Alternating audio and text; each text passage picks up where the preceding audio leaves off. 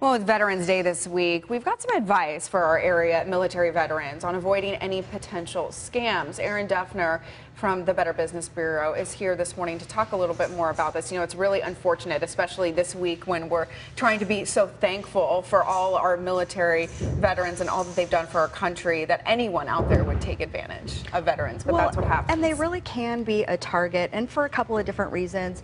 Generally, the military population tends to be a little bit younger, and they're in very concentrated areas. And because many of them, especially the initially enlisted, have those steady paychecks, they're absolutely targets for scams. Yeah. So what kind of scams are we talking about? Well, the first thing is car purchases. And when it comes to car purchases, a lot of folks might be really inexperienced purchasers. And so sometimes what happens is a couple of things. Number one, they purchase a car they really can't afford. And number two, they're really paying much higher interest rates than really they may qualify for. So that's definitely something to keep an eye on. Okay. And why would veterans specifically fall victim to that with the well, car it's really those steady paychecks, and because of some of that inexperience, maybe just being out in the community and not really understanding. Obviously, you need that vehicle to go back and forth, but it's really those those advertisements that really draw on the military that really could be potential spots for scammers. Yeah, that's unfortunate. All right, what else?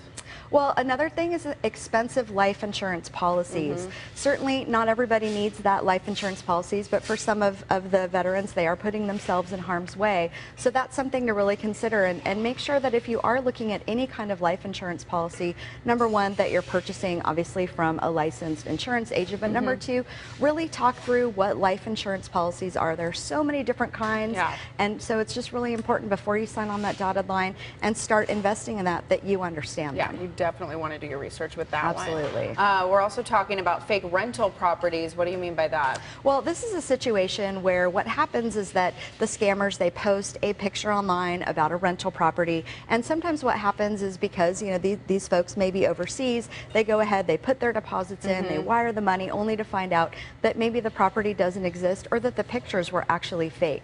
So this is really important for people to make sure that they go and drive by the property, or if you're not in town, have somebody else drive by the property, and make sure that you do that on-site visit of the property just to be sure that you know what you're getting into, because oftentimes it's going to be a longer term lease. Yeah, that's some good advice. What other tips do you have out there for veterans to avoid any of these potential scams? Well, just be sure that you're always protecting your finances. Make sure that you always read the terms and conditions.